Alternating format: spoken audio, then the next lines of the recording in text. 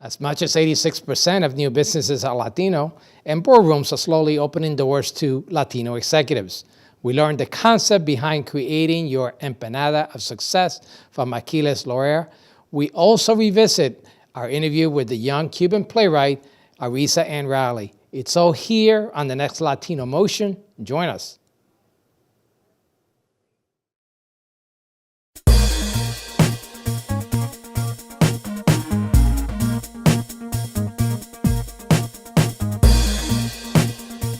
Choose quality, value, distinction. Choose Stockton.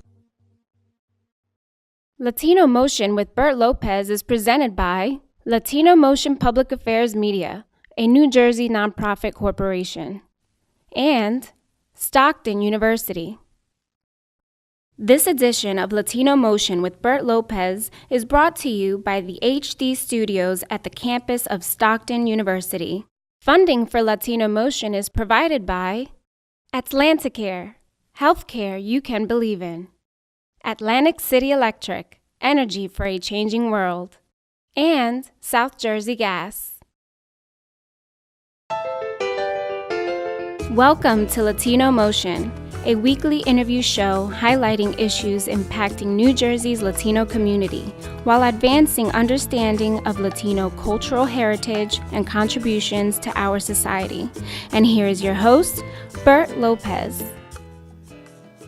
Buenos dias and welcome to Latino Motion. The findings of a survey from the Stanford Graduate School of Business indicates that Latinos opened 86% of all new businesses created in the U.S. between 2007 and 2012. Joining me is a Latino entrepreneur and author, Aquiles Larrea, to discuss the concept of creating your empanada of success.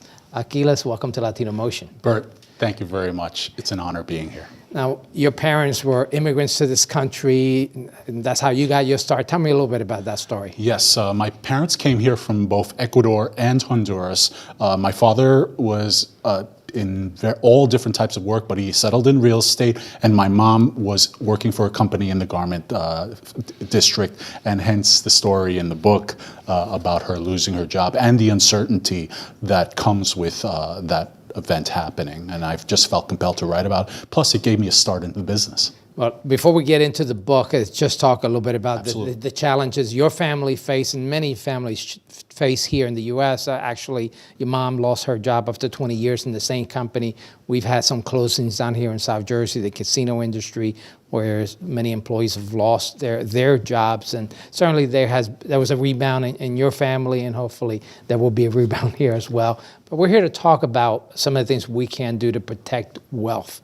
And it looks like Latinos are in that position where they're getting to be more influential. Absolutely. As a matter of fact, there's two, it's a kind of a double-edged sword where we're accumulating more wealth, but at the same time, we're not protecting it. We're not transferring it to our kids the way it should be happening, the way our counterparts are, whether they be white or any other ethnicity and the like. So what happens is that we're not getting the kind of solid advice that we should be getting to create this empanada of success, and that's just really using the best people to work with them and get them to that next level, which isn't happening, Bert.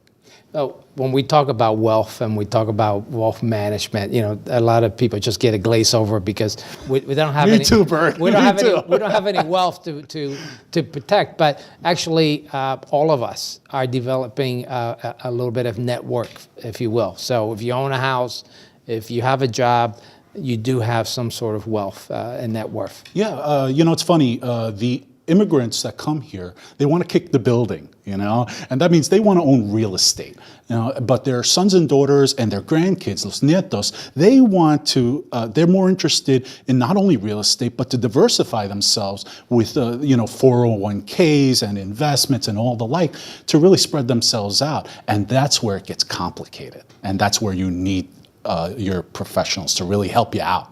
So tell me a little bit about the rest of your story. I know you started out and you venture off and started your own business.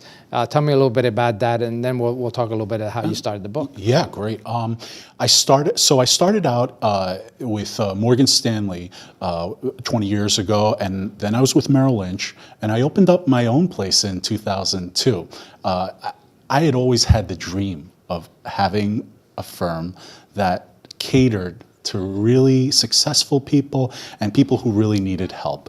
And so I said, you know what? You're not just a number here. I just want you to know that someone's going to be in your corner. Like I had wished for my mom when she had lost her job. I felt that if she had someone in her corner, the turnout would have been a little bit better than it was, and it wouldn't have taken so long. So let's talk a little bit about the book. It's Your Money and You, and subtitle here is The Ultimate Wealth Guide for Latino Entrepreneurs and Executives. Create your empanada of success. Yes. So tell me a little bit about how you got started with the book. Well, the book is a labor of love. It started about 18 months ago.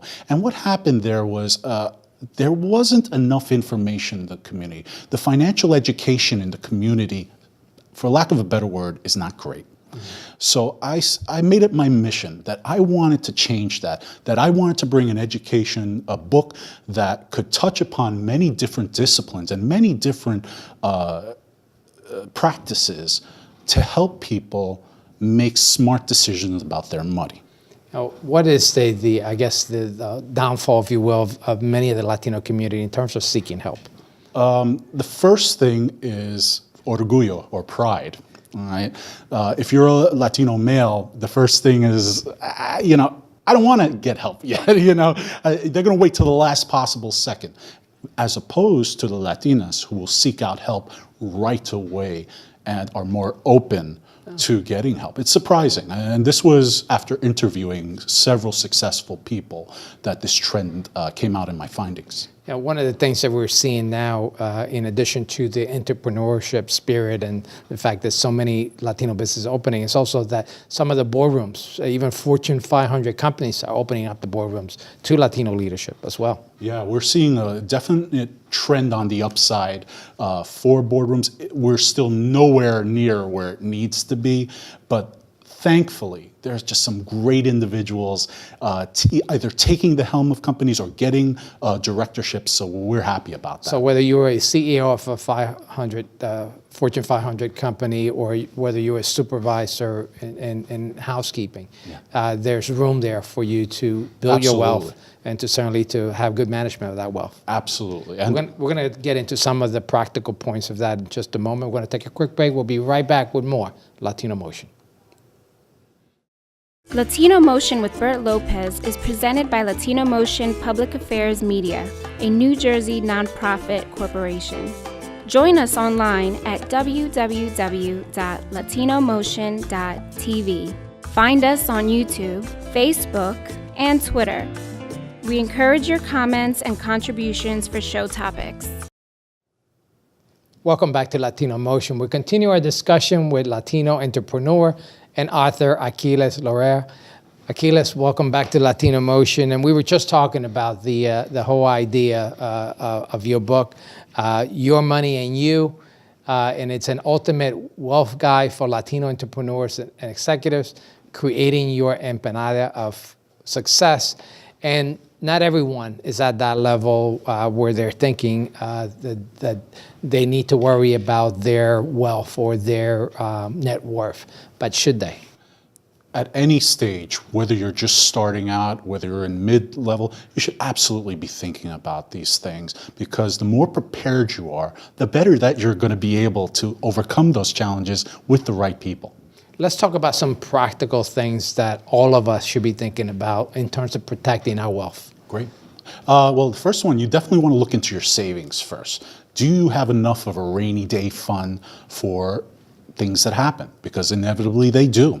So you want to check on that first. You also want to take a look at your will. Now, I'm not an attorney, but at the same time, get together with your attorney at least once every 5 years or so to make sure that everything is going to be happening the way that you want it to be.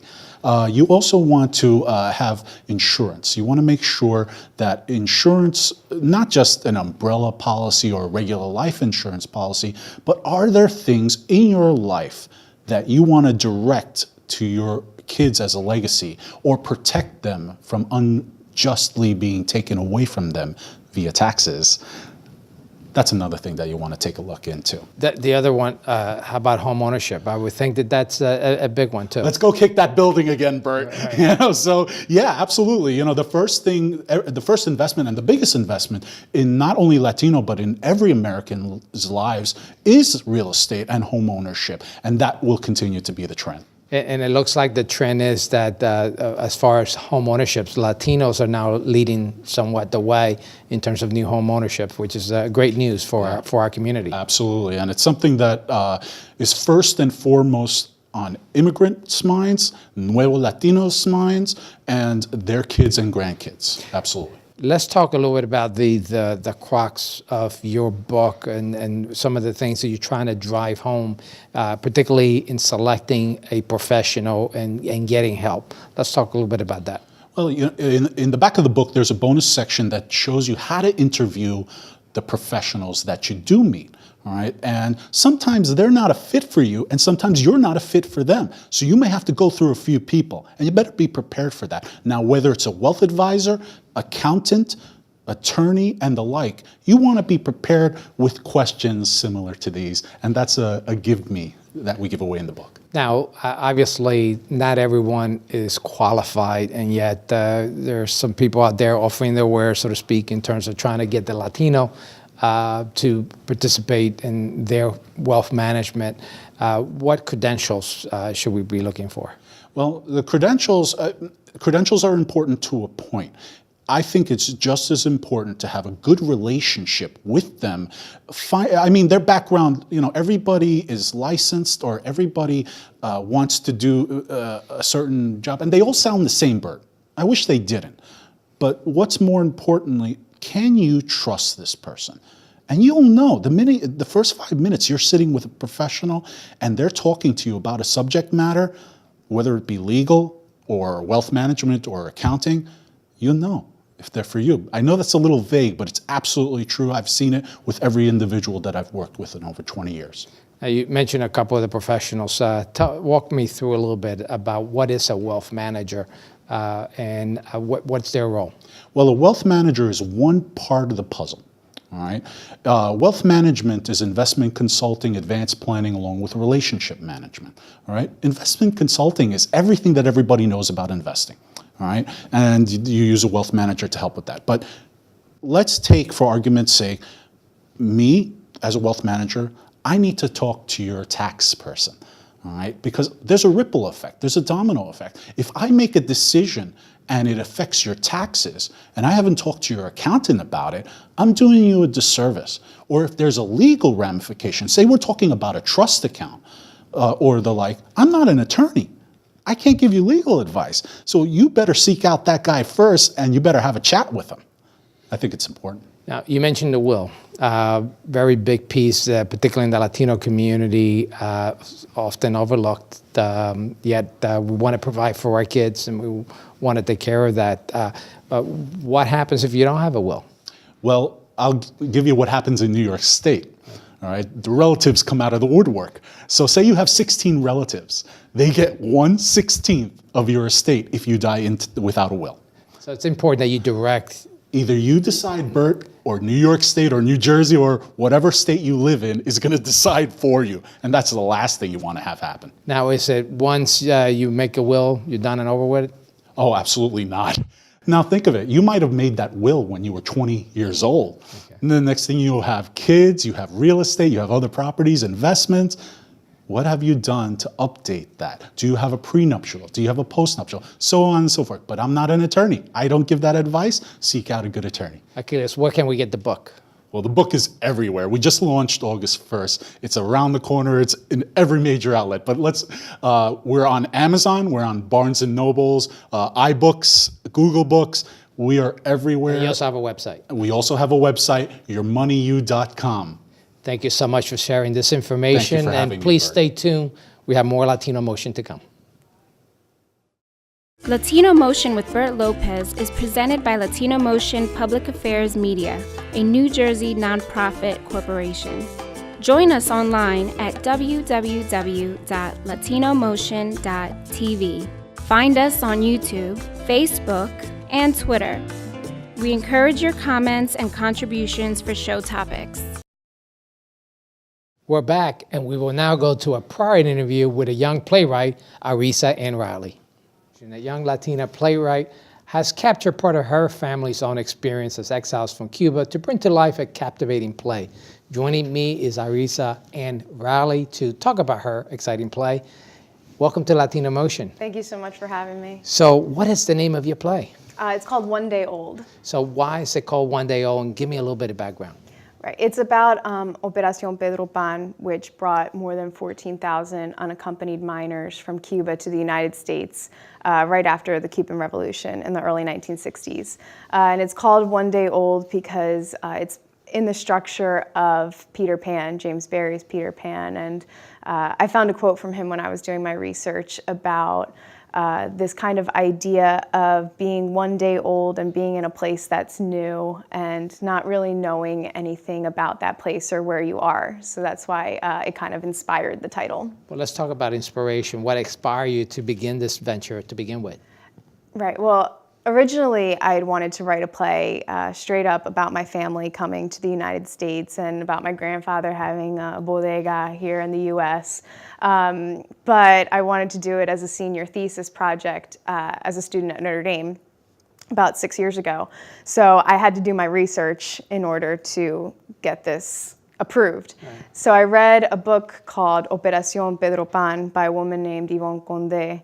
And I decided to change from just writing about my family to writing about the experience of other Cuban exiles in the United States. But certainly your family's experience kind of motivated the kind of topic you wanted to cover on the play. Yeah, it was definitely a huge influence.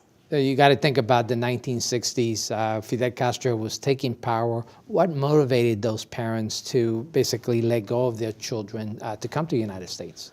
Well, when Fidel Castro took power, he enacted a law called Patria Potestad. So that basically meant that the government had control over everything, including children. There's kind of a debate as to whether that was actually being enforced or not, but the bottom line was parents panicked. And this underground operation happened between Catholic Charities in the United States, the CIA, and different schools within Cuba to bring these children over to the United States. They thought it was going to be temporary, but after the Bay of Pigs, it became evident that they were staying here. Right. And unfortunately, many of those children lived as orphans here in the United States, and certainly the good and the bad, so to speak, because they did become U.S. citizens and eventually went on to school and made significant careers and contributions here to the United States. Correct. Now, tell me about the play. Obviously, it seems to be a little bit of a sad period of time in our history. Is it a sad play? What does it convey? Yeah, I would definitely say that it's kind of dark. There are sort of melancholy elements to it. It is a play about identity and finding an identity both as one character who's first-generation American who doesn't know much about her family, and the characters that are trying to find an identity in a place that they don't identify with, that's new to them, that they don't speak the language. So it's about that, and it's also it's kind of in a world of magical realism. So it has like a lot of spiritual elements. Do you find yourself in parts of this play? I would definitely say that I'm in this play. I had said before that I didn't think so, but the more time I spend with it, the more I realize that there's a lot of me in it. So tell me where the play stands. Obviously, it hasn't been had a curtain call yet. Right. But where does it stand right now? It will be performed as a part of the Philadelphia Fringe Festival at the Hamilton Family Arts Center at the Arden Theater in September. And it'll be the first performance of it. And right now we're in our rehearsal process and I'm making edits to it. So it's definitely a work in progress, but the hope is that by September it'll be Well, we do have some dates already, right? So Yes. September 8th through the 11th. correct. And it's also going to be playing on the 15th through the 18th. Correct, yeah. So it's down at the Hamilton Family Arts Center in Philadelphia. Yes. And obviously you would like to get a good amount of people from the community to come out and see this play. Yeah, absolutely. From the Latino community, from Philadelphia, South Jersey, where I grew up, it'd be great to have a full house. Now you obviously have your crew in place and they're rehearsing. What's the sentiment of the crew right now? I feel like everybody is really supportive and there with me kind of on this journey. Everyone's excited to work on a new play with the playwright in the room. You don't get to do that too often. So, What advice do you give young writers or young playwrights that want to write their own story? I would say, well, don't be afraid to do it and don't be afraid to put it out there, first of all, and to ask questions, especially young Latinos, to ask questions of your family, to find out more about yourself and to persevere. I know that's key. Yeah. Thank you to my guests and thank you at home for joining us once again here on Latino Motion.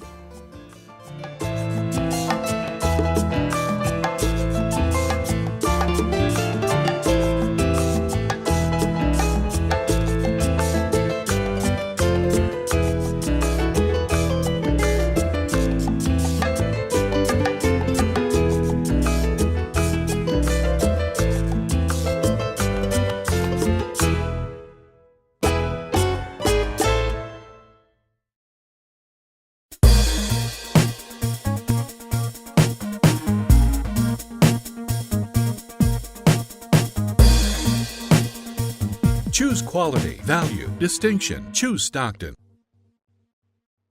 Funding for Latino Motion is provided by Atlanticare, healthcare you can believe in. Atlantic City Electric, energy for a changing world. And South Jersey Gas.